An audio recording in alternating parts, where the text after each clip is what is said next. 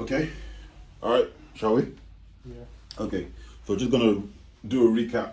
All right. So the case here, looking at an M&A project, we've picked we've created a scenario where the likes of Coca-Cola and Pepsi are going to merge together. Okay.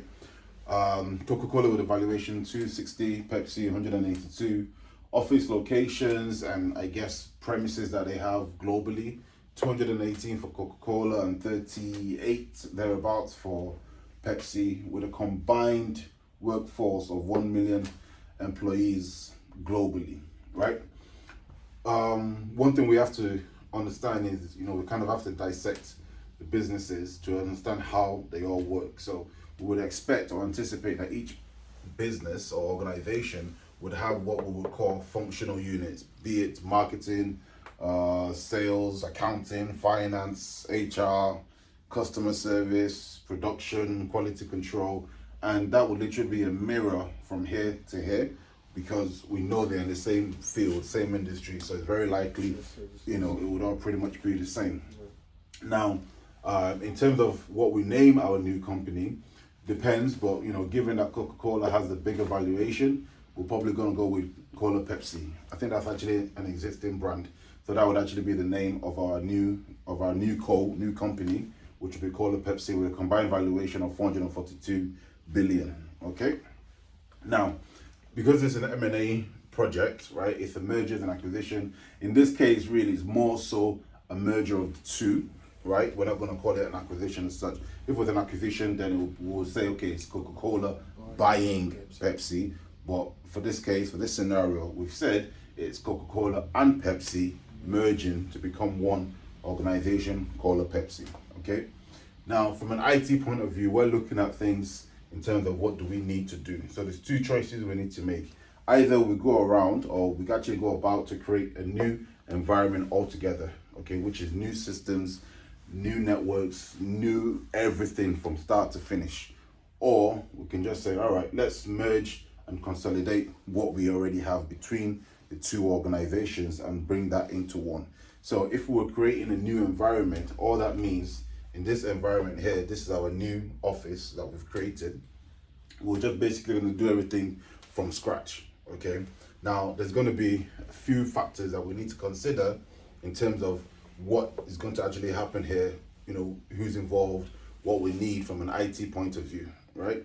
So our new office location here, first and foremost, what's the purpose of it? Okay, is it just a standard day-to-day office for one of the functional units, for the sales team, or what exactly is it? We need to know. Or again, is it going to be, part office, part manufacturing, warehousing? We don't know. But in this case, we're just going to make an assumption. It's going to be office premise just for day-to-day, regular working for, departments or whatever it is, okay? So that's one thing that helps us. The next thing is, okay, how many people are actually going to be on this site, right? So looking at it from a high level point of view, when we're saying, so this relates to let's say office relocation projects as well. So if we say, okay, let's say there's going to be 1,000 people on that site, right? Okay, does the site hold? Can it hold 1,000 people? How do we spread them out? We're looking at things like what's the floor layout, for that environment, where people are going to be sat. So this is not something that you're going to whip up in a week. There's always a long process, especially in the case of if it is that you're actually having to build the building in itself from scratch, or if the building is already in existence, then going through the lease process with the landlords, the estate agents, or commercials, etc. It can be a bit long-winded, but fast tracking, and again from a high level, we've understood how many employees, we've carried out what we need from an IT perspective. So the number of routers, servers, cabling that we need to actually put into there. There's Cat6 cabling that will need to go in. Where are they going? The Wi-Fi that needs to go in place. What does it look like from an access control perspective? Is it going to be, everyone's going to have identity cards that they have to touch on the doors? All of that, CCTV, all of that literally gets wrapped under pretty much IT. It's not difficult, but IT can do that. Again, one of the major things here, if assuming it's a new build, would be, for example, the comms line coming into it, right? So when we're talking about the comms line, it's very much a case of, okay, what does that look like? Now, depending on where this building is, right, if it's within a central environment or central location, we can make an assumption that that place is already built up. Therefore, it shouldn't be an issue. There should already be a connection, like a point there waiting for us to just connect into. If not, then you can expect that something like that needs to be created. Or when I say created, somebody needs to literally, dig out the lines, do the laying of the cables, from the wherever the point is across here, right? If that's a straight line, fine. If it's something that's going to be a bit more complicated, that further adds to your time. Again, permits, things of that nature. Usually that's something that's going to take you, you're looking at least 90 days with most comms providers, you understand? And that 90 days is like 3 months. So while that is taking place, you need to be moving on with other things for the project. Now that's important because if that's not in place, that's going to be a showstopper for everything else, right? If your site is there and there's no comms, the site is not live, so it's just going to have an impact. So you have to really consider something like that from a requirement point of view. You have to get your requirement in fast and submit it to your vendor to say this is what we want. You understand? Because the thing with these type of comms, when I'm talking about comms providers, because a lot of them are such big companies, once the wheel starts moving, it's very difficult to stop it or to change it or to say no, we want this instead. It's like you understand? After time is okay, then we have to go back to the start. Yeah. That back to the start is depending on how far you've gone. That's a refresh on the 90 days again. So you don't want to waste that valuable time. Okay. And I think I don't think we talked about this. We talked about it before, but okay, we'll talk about it again. So looking at what we need to do, we need to consolidate everything: our resources, our services, our provisions, our employees, things like that. So making an assumption, like we said, we've got 2 marketing departments on both sides, right? Yeah. Marketing cola, marketing Pepsi, okay? Technically, we don't score people, right? But KPIs, performance reviews, that kind of thing. We now say, okay, look at this guy here, James, overall, as an employee, he scored an 85, okay? Tom, as an overall, scored a 95, okay? Guess what? We'll go with Tom, get rid of James, right? But given the magnitude of this kind of organization, this is not something that's going to happen overnight. There's 1 million employees. You're not going to start firing people overnight.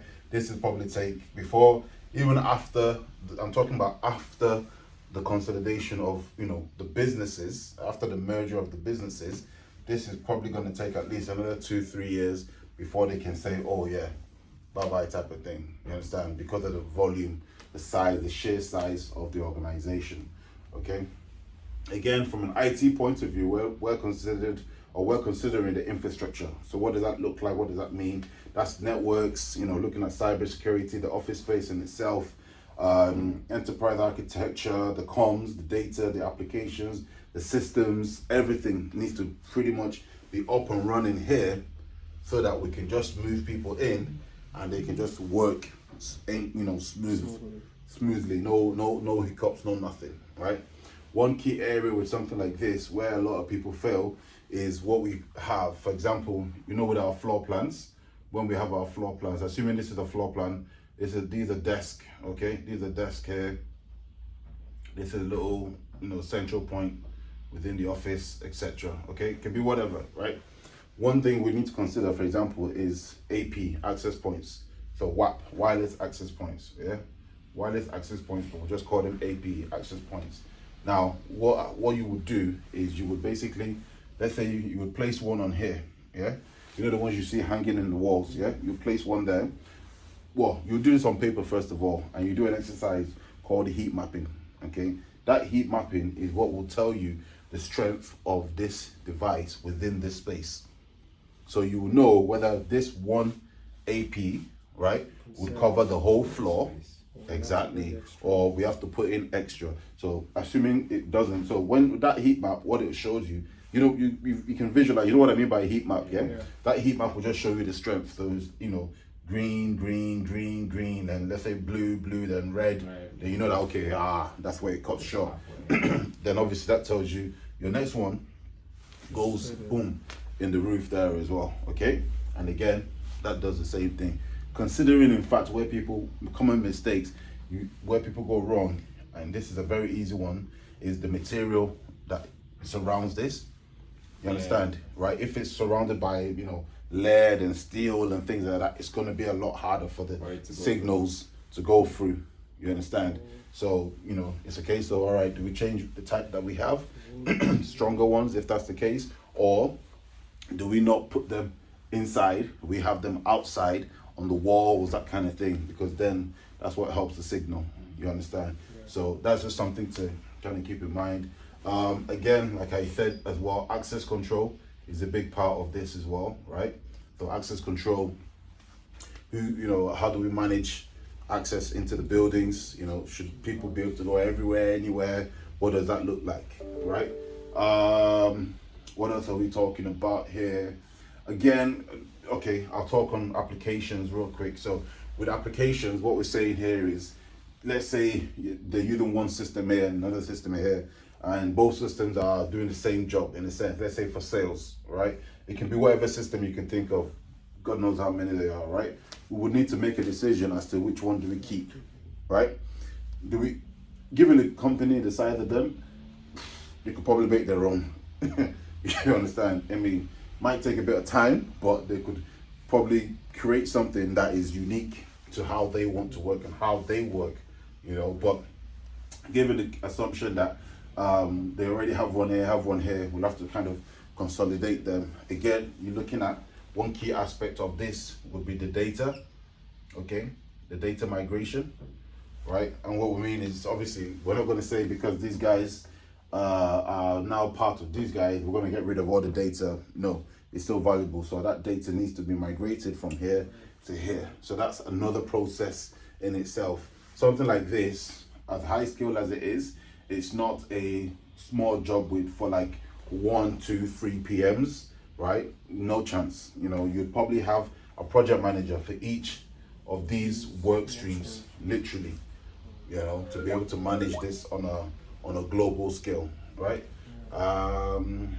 What else did we talk about? Big bang. Okay, so big bang or phased approach. Yeah. When we say big bang, we're just talking about, okay, this is the date, and on that date, everybody move. Boom. Yeah. That's what we're saying. But with a phased approach, what we're going to say is, okay, for example, with phased approach, we're going to say, all right, the sales guys will move first. You understand? Yeah. Give them, let's say, 2 months to settle in. Let's make sure everything's fine with the buildings, the location, IT works as it's supposed to work. Then, all right, after that, the marketing guys move in, okay? So we're phasing how we actually do it. We're not just going all in one, you know, and that phase can go anyhow. You know, there's no set pattern. It's just depending on what the business actually wants to do and what that looks like. So that's what you'll be working on.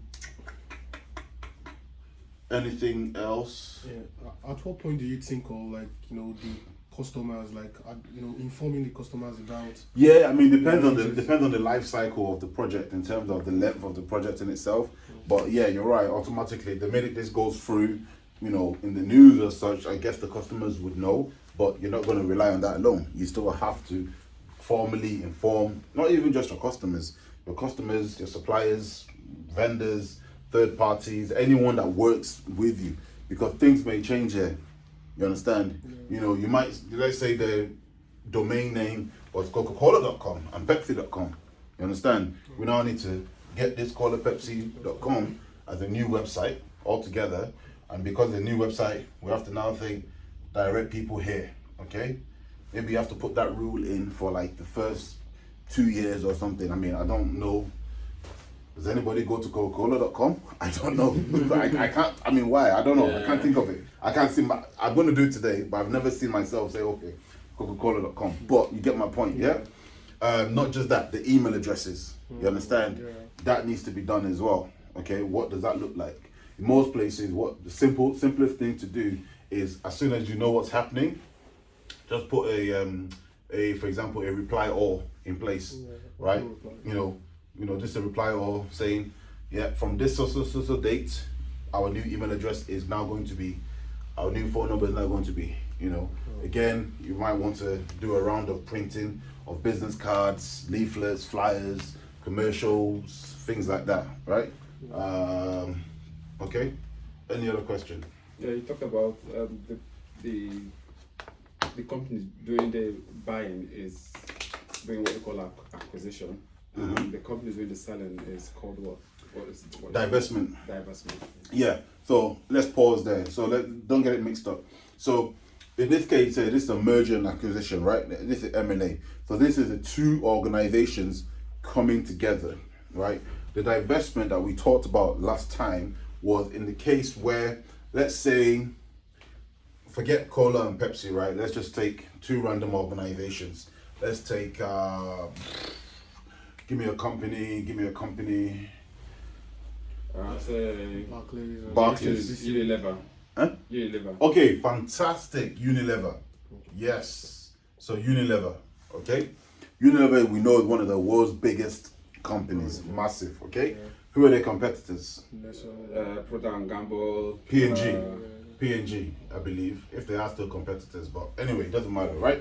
Fantastic. So here's what we mean by a divestment project. So Unilever, fantastic company. P&G, great company. Now, when it comes to divestment, what we're saying is that P&G have said, you know what, we've got this product here, yeah? This product is chocolate bars, Mars chocolate bar, whatever it is. It can be chocolate bar, it can be cleaning products, it can be anything, yeah? Doesn't matter, right? This product is a part of P&G. It is not P&G, okay? It is a part of P&G, as well as other products that they have within their arsenal, okay? So a divestment, in this case, is P&G now selling just that. Unit of them. Yes, just that unit. We're going to have to carve it out. We're divesting it from the main company. We're not selling everything. So like, Go ahead. Tesco's, for example, selling like that gas station unit to, Tesco's does like they have like gas stations. Yeah, the filling They have- stations, and they, yeah. and they have like normal supermarkets and all Yeah, that. So like yeah. selling that unit Yeah. of Yeah. the filling stations Yeah. to To- Sainsbury. Exactly, to someone else. Exactly. We're not selling you the whole business, we're selling you a part of the business. So when it comes over here, this is, yeah, you're right, that is our divestment. Okay, so again, what we need to make sure is going back to the analogy I told you about bodies, my body, your body, that kind of stuff. Yes, fantastic. So how do we now move this across to here? Because the most important thing out of all of that through that process is, what is that? What is that BAU? BAU is what? Business as usual, yeah? Because we can't say, we're going to shut it down for 2 months while everybody, moves across and we're going to pay all our employees to go on holiday. Nobody's going to do that. Just doesn't make sense, okay? But, yes, as part because there's a divestment, we need to figure out a way, right, to pretty much bring these guys all the way over here, right? So we need to, ingest them. We're acquiring them, okay? And they need to divest it. They need to carve it out. They need to pretty much, all of that. So now that in itself needs to operate as one so that we can push it out. Now, good point, yeah? You might have another question, but before you get there, let me take you to the next point. The next point is, while this is taking place, part of our divestment, we need to have in place, we talked about it last week, our TSA, yeah? Transitional Service Agreement, right? All we're saying is, while this is taking place, you agree that you'll provide these services at this rate, right? Yes, it's literally just going to be the running cost of this unit in itself, plus a margin on top. Whatever that margin is, the business can decide. Okay, so the whole point is we've got that locked down in contract that because we're buying this unit, we need you to keep operating as normal, right? Don't give it less services, because we want it. There's a reason why we're buying it, and we want it just as it is, nothing less. Yeah? Question? Are we clear with it? Yeah. So the BAU is also like the business continuity, right? Yeah, exactly. Because think about it, what's the point that we send everybody home? No, we're losing money, we're losing time. So we need to keep people working So this is why this process here needs to be as smooth as. So that the employees are not feeling it. Nobody's like, oh, why is this happening? Yeah? Cool. Anything else that I might have missed? I know we've gone through it several times, but anything else? Nope. Sounds good, looks good. Yeah. All right. Fantastic. Okay, let's leave it like that then. Cheers, guys. Cheers.